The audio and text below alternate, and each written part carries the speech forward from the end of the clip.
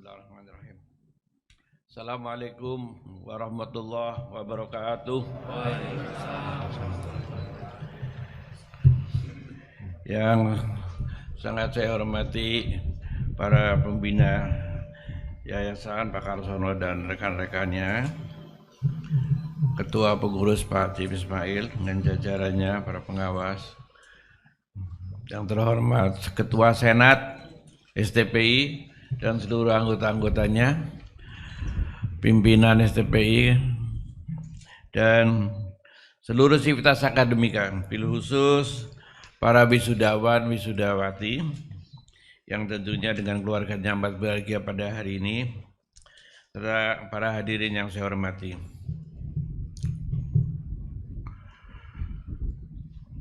Pada awal saya sepintas perkenankan mengingatkan bahwa pendirian ini memang dulu ada ide dan memang justru malah boleh dibilang permohonan dari Ditjen Pajak. Kepada siapa? Kepada para seniornya yang telah pensiun, karena berpikir begini, dan saya dapat dorongan tuh biasanya dari Pak Karsono, saya ingat betul. Saya kira yang nyerahin duit modal pertamanya juga Pak Karsono, sering berapa, satu miliar Pak Karsono, mungkin saya bilang gitu. Begini, jadi ceritanya biar saya bilang sebentar ke belakang, tapi yang penting nanti ke depannya. Ketika saya baru selesai pulang mengambil gelar master dari Amerika, tuh kira-kira Mei Juni gitu 83, saya diperbantukan. Ada tax reform yang pertama yang kemudian kita kenalkan, mengubah dari official menjadi self assessment. Saya diperbantukan kepada almarhum Pak Mansuri ya.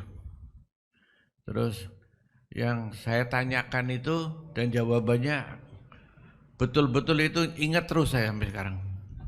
Ya, dia bilang begini, tahu nggak yang kerja kita ini, yang ahli-ahli yang ngerti kita, bule-bule yang dapat duit jutaan dolar.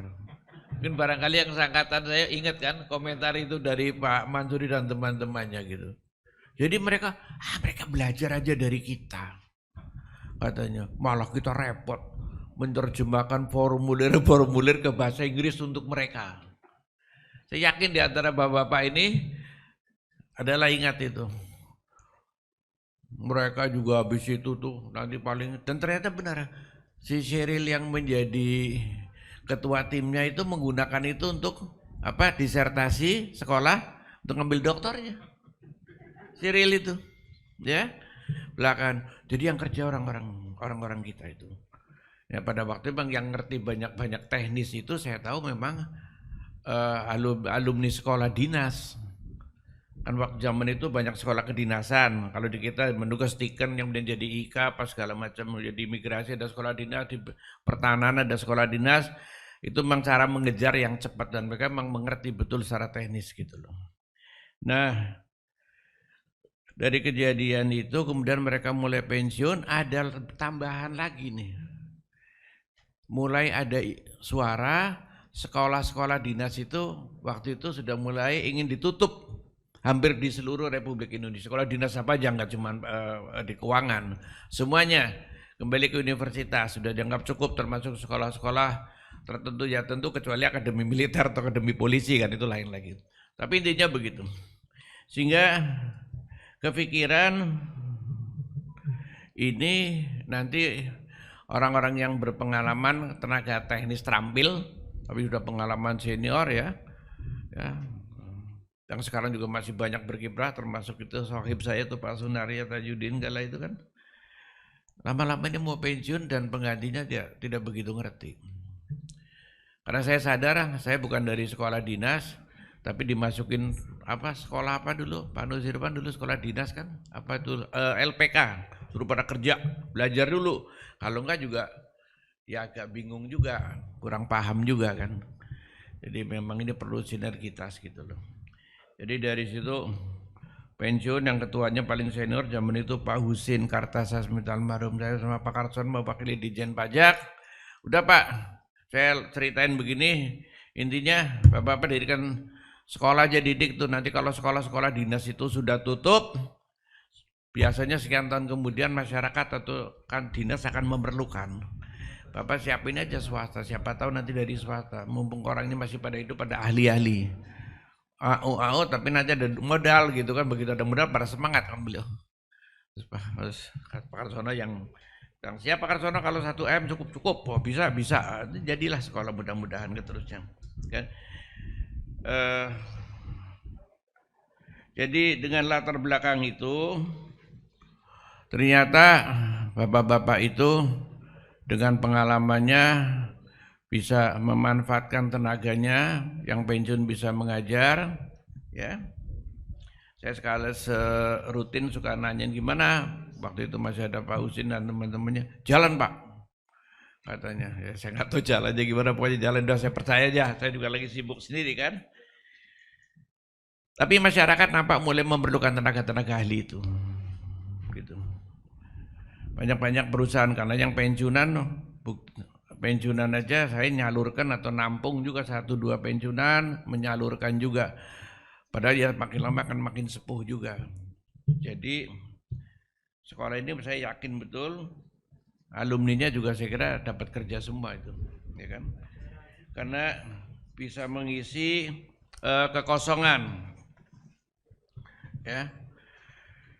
Maka ini kini sudah 25 tahun STPI dan bisa survive sebagai lembaga pendidikan khusus pajak, ya.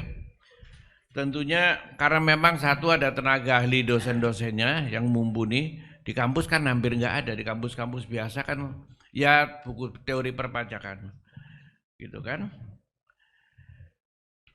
Tapi juga tentunya ada kebutuhan masyarakat.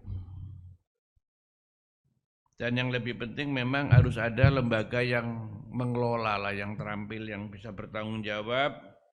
Sehingga mahasiswanya sampai sekarang kan alhamdulillah masih ada buktinya, ada wisuda ke berapa itu, 14 gitu kan.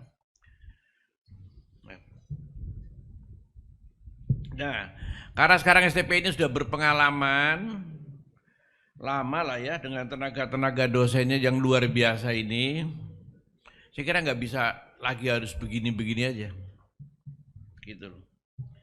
Karena dengan latar belakang pendidikan, latar belakang pengalaman mengelola pendidikan, dosennya ini, dan terus terang aja saingan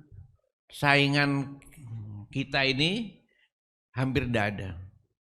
Berbeda dengan ya kalau buka fakultas kedokteran apa saingannya banyak. Ini hampir nggak ada. Keahliannya sangat dibutuhkan. Semua perusahaan itu entahlah pakai konsultan pajak atau macam-macam gitu, tapi selalu membutuhkan tenaga-tenaga alumninya itu.